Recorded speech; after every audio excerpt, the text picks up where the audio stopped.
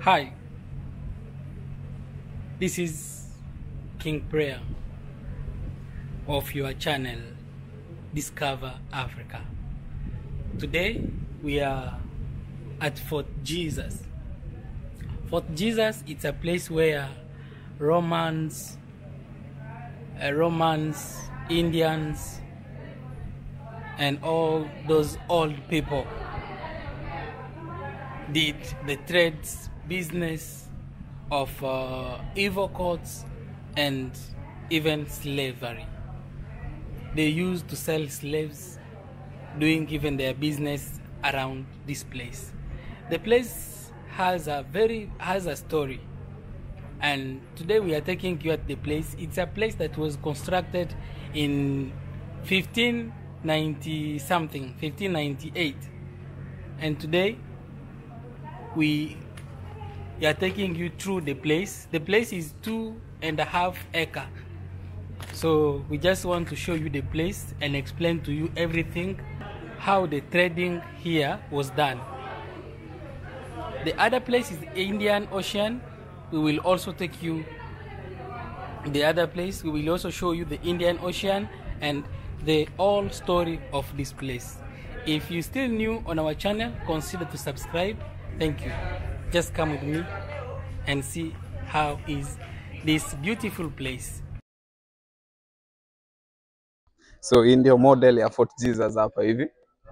Imeundwa kwa mfano wa mtu. Ndio unaona hapa tuna kichwa, mikono miwili, mwili na miguu miwili. Sawa sawa.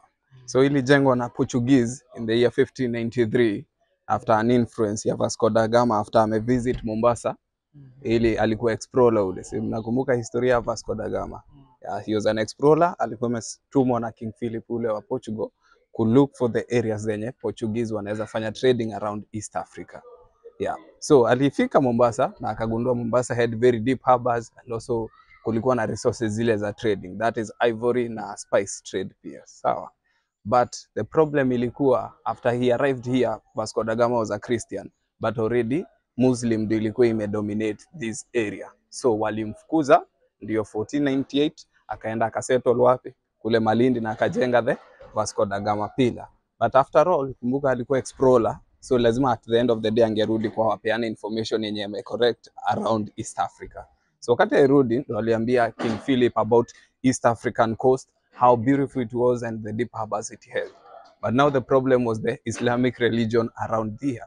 So hapo ndio King Philip ali order wajenge a military base at the entrance of the port. Sasa this is because mnakumbuka old port iko 500 meters on the left of Fort Jesus. Sawa. Tuachana na ile ya Likoni saa hizi. So ile old port iko hapa chini. So walikuja hapa hivi na wakajenga the Fort Jesus around here ili any ship yenye ilikuwa inakuja towards the port wange guard the whole Mombasa na pia wange control regional trade around here. Na pia ingewawezesha kueneza Christianity around here na kustop slave trade. Juu Mombasa already ilikuwa isha invest a lot in slave trading. And then the other fact is that Fort Jesus was not built, ilichongwa kutoka kwa jiwe. So ilikuwa ni jiwe moja hivi, kaichonga. Ndio mnaona differences. Tukiwa nje mnaona ukuta ni mrefu sana, but tukiingia ndani ni kama unapanda juu.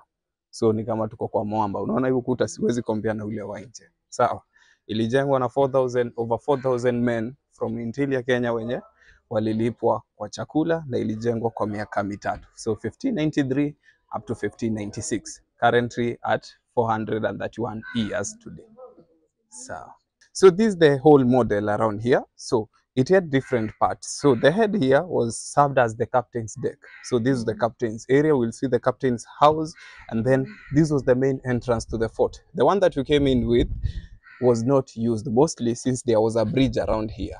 What the other point they did is that they dug a very long trench around the Fort Jesus that the water from the ocean would cover the whole area as a form of defense. Are you together?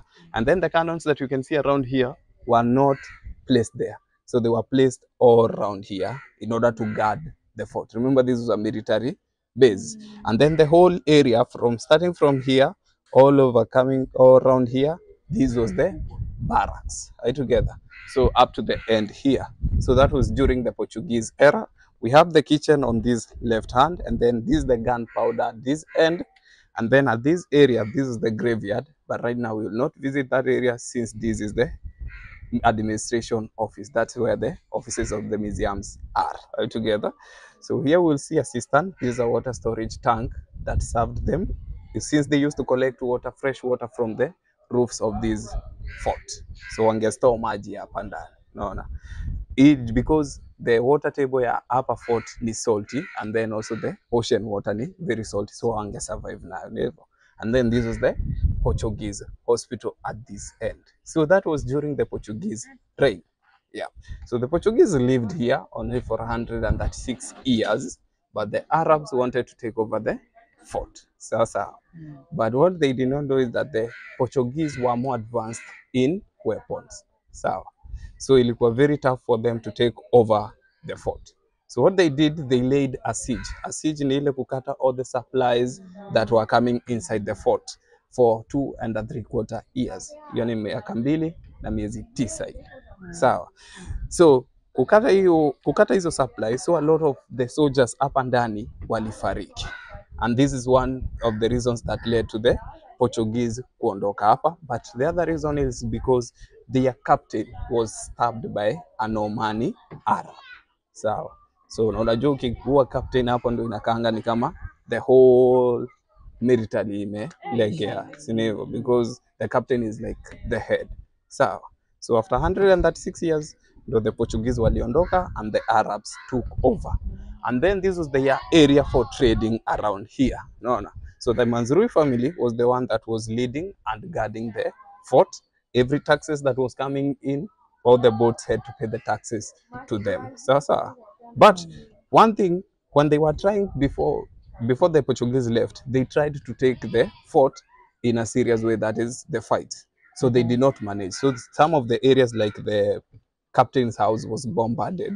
So we'll see that the roofing are fallen right now. And that's why the reason why the Omani Arabs did not live in the captain's house. They converted the Portuguese house or hospital into the Omani house. That is the last area that we'll visit on the left leg. Pale mwisho. Sasa. Yeah. So also they built the Manzurui Hall. This is where they used to do their meetings mostly. No. Yeah. So this hall was not there. Back then during the Portuguese era, this was the reception area. This is where you waited to see the captain every time when you are inside the fort. So when they came in later, they built it, and now we have the Manzurui Hall. That's where the meeting used to take place. Yeah. And then also the Portuguese kitchen, this is where they used to teach the madrasa, ile dini ya Kiislamu. Yeah.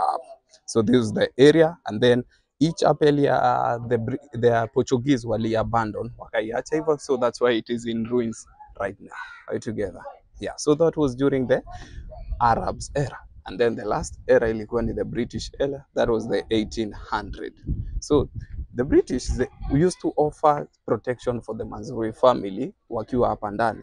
And the reason is because some of the Manzurui, there was a period when they did not want to pay the taxes to the sultans who was Zanzibar, the head. No. So they had to seek for protection around here. And you know, when you involve the British, mostly lazima mkuja into agreements. No. Yeah. So the British offered to protect the Manzurui family around here, but also they would use the fort as a prison. So no. So in the 1824, that's when they agreed and they signed the treaties that I will show you in the Manzurui Hall. And these are the treaties that allowed the British to use the fort around here and also to control the trade, but despite of the Manzurui family being the head around here. No. Yeah, are you together? Yeah. So the Manzurui family were the one leading Mombasa. Remember, the British did not colonize this area. They started their colonization from Voi going upward. Are you together? So from Voi to this side, this was the Arabic territory. So 1824, that is when the fort was converted into a prison, and that is when they clocked these entrances. So there were two entrances here, the passage of arches and the passage of steps. So the passage of arches, that's where they used to bring the weapons, and then the passage of the steps, that's where they used to bring the medical supplies and the food. So when the British came over, they clocked these passages and they introduced these entrances that we used today. That's why you can see a lot of metallic around there, and also this metal that you can see here, this was for counting the prisoners who are coming inside the fort. Are you together? So you mean hizi vitu ziko kuanzia wakati ule wakati zilikuwemo. Yeah. Ndio unaona ile chuma ikizunguka tu kuna counting hapo ndani inaendelea. na hizi black Hizi sasa ni Portuguese canon hapa hivi. So wakati walifukuzwa na the Arabs waliacha their canons behind, but zile ziko huko nyuma ni British canon zile. Ndio zinaonekana mpya kuliko hizi hapa hivi. Unaona? Yep. So the British walitumia hapa hivi until 1960 na hapo ndo waligift the fort to the Kenyan government. After we gained our independence, it became a museum. Sasa historia mnayo brief. Yes. Yeah. Meaning ya Fort Jesus. Nini hiyo? Meaning ya fort. This is because walichonga jiwe kutoka kwa mwamba ule fort, unaona? And then the other reason is that the Portuguese walikuwa na spread nini? Christianity. Yeah, so they gave it the name after Jesus Christ. Na unaona inakaa mtu. Yeah, sawa. Okay. Yeah. So tunaweza anza tu.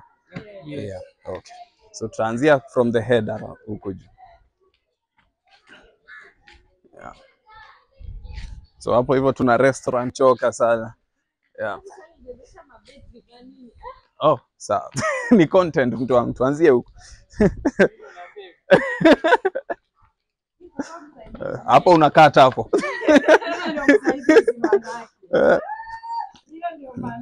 Yeah. Unaona? So ndio maana nimekuambia uache bag juu. Hii ni entrance ya kwanza hii. Bado hatujaanza kutembea, unaona? So ndio passage of the arches hapa hivi. So during the Portuguese era hapa ndio walikuwa wanaletea weapons. So ships zilikuwa zina dock pale chini. So tunaweza fika hadi huko chini.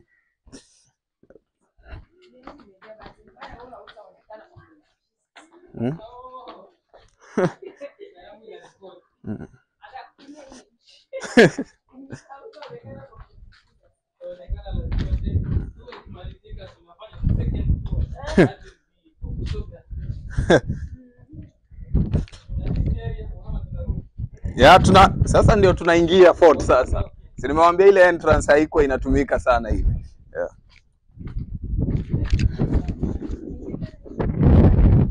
Yes. So, unaona ndo ile ocean sasa pale hivi mbele yetu, unaona?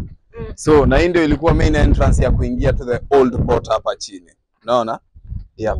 So ships ingedock pale hivyo, alafu ule ukuta mwenye mnaona huko mbele haukuwa umejengwa size ili protect the fort from the waves, unaona? Yeah. So ships zilikuwa zinadock hapo, mizigo inaletwa, inaingiziwa hapa hivi. Alafu weapons ndio zinawekwa kwa ile ammunition store pale hivi. Unaona? Hizi chuma ziliwekwa na British after wali convert into a prison. So ni za ule wakati ule. Na hao ndio walifunga the two entrances. Tutokiangalia dile huko mbele imeblokiwa permanently. Yeah. So hivyo ndio walikuwa wanaingia. Unapanda hivi. Ukuta wenye uko na canon ulikuwa ku protect the fort na maji yasije yakaingia hadi huko because high tide maji upanda kabisa. Yeah. High tide hapa hadi maji inaweza ingia sasa. Ndio sasa unaona kuna ukuta mbili, ile ya kwanza huko hiyo ndio the modern wall na afu ile the traditional wall yenye ni ya Portuguese pale hivi. Yeah. Yeah.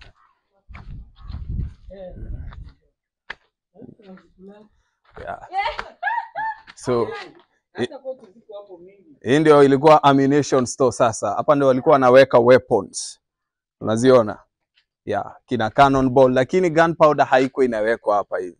Juu gunpowder ni explosive. So gunpowder ilikuwa inawekwa pale mahali mliingilia hiyo room yenye iko pale juu. Naiona? Yeah. So hii ndio ammunition store ndani. Yeah. Very cool. Yeah. Yeah. Hapa ndani hivi. Na pia wakati wa prison ilitumika kama torture room. Yeah. Yeah. Fanyisha adabu hapa ndani. Hapa hivi ndio mambo yako ilikuwa ina. Unajua saa hizi si tuko underground sasa hapa hivi. Yeah, hii ni kama tomb hivi. Yeah. Yaani hata ukitoka unaona tu kifo yako. Ushaitikia, huwezi kataa mambo wanakuambia. Ukitoka hapa unakubali. Hizi stairs zimetengenezwa juu ya tourist original ndio hizi na hii ndio coral stone yenye fort ilichongwa kutoka kwake. Yeah. Yeah. So coral stone ile jiwe iko chini ya ocean sai. So Vile tu wanasemanga that kitambo, kirudi miaka ya kitambo, kila mahali ilikuwa covered by water, ni inakaa ukweli juu hii jiwe iko chini ya maji hadi wapi. Yeah.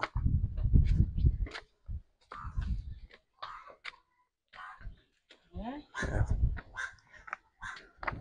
Sijali ushachoka, lakini babu yako alitembea hapa miaka yote.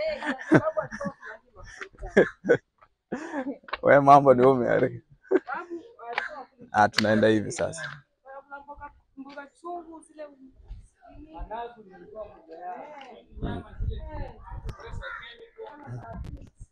Yeah. Yep. So ndio ilikuwa captain's house hapa ndani. Pando captain alikuwa anaishi. Yep. Ndio niliwaambia wakati wa vita kuna bomu, ile jiwe ilianguka huku ikaibomoa, na pia juu ilikuwa ni makuti, so after sometimes huwa inazeeka, ina decompose, inaanguka. Unaona? Yep. So pale juu kuna poromoka, ndio maana hatuwezi panda saa hizi. So iko under renovation. Yeah, so ilikuwa ni gun platform. So captain akiwa hapa hivi angeweza na kuona ni nini kinaingia kwenye fort na nini kinatoka. Kumbuka entrance ilikuwa ni hii hapa hivi. Naionea hapo hivi. Ana mahali. So unamaanisha hii ni ya wakati ule? Ile ni ya wakati ule. Wanafanya nini kuilinda kusudi isiishe? Mostly ni oil, mara nyingi ndio isiliwe na hawa nini wambawa, wadudu. Yeah. Alafu hii ndio inasemekana kuwa guest house ya wageni wake captain.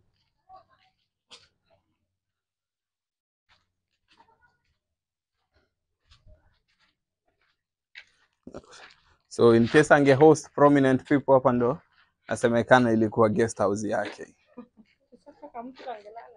Yeah. Kwa unajua ni makuti hapa hivi. Oh, makuti imekuwa juu. Alafu chini ni mata, kuna story ya kitanda hivi. Hiyo inasemekana ilikuwa ya nguo ile. Closet za nguo. Wanasema hizi zilikuwa viti, lakini hawayuko sure pia. Yeah. Yeah. Hii na hii hapa hivi. Unajua huwezi host a lot of people pia.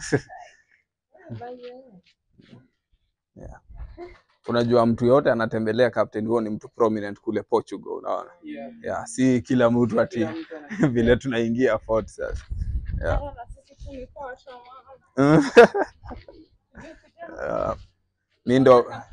Mimi ndo captain leo sasa. Yeah. So ndio ile entrance nyingine, passage of the steps. Hapa ndio walikuwa wanaleta chakula na medical supplies hapa hivi ndani. Unaona? Yeah, so ilifungwa permanent. Ndio unaona pale kuna jiwe inakaa carved, so palikuwa na njia hadi nje. Sawa. So hapa ndio walikuwa wanaleta chakula, zinawekwa hapa hivi. Ndio ilikuwa storage. Hii ni renovation imefanywa, hii mseme ilikuwa hivyo. Hii imefanywa renovation ya. Juu huko juu mara nyingi kuna anguka pia. Very risky. Yeah. Yeah. And then sasa tunaingia ile Manzurui hall hapa hivi. Yeah.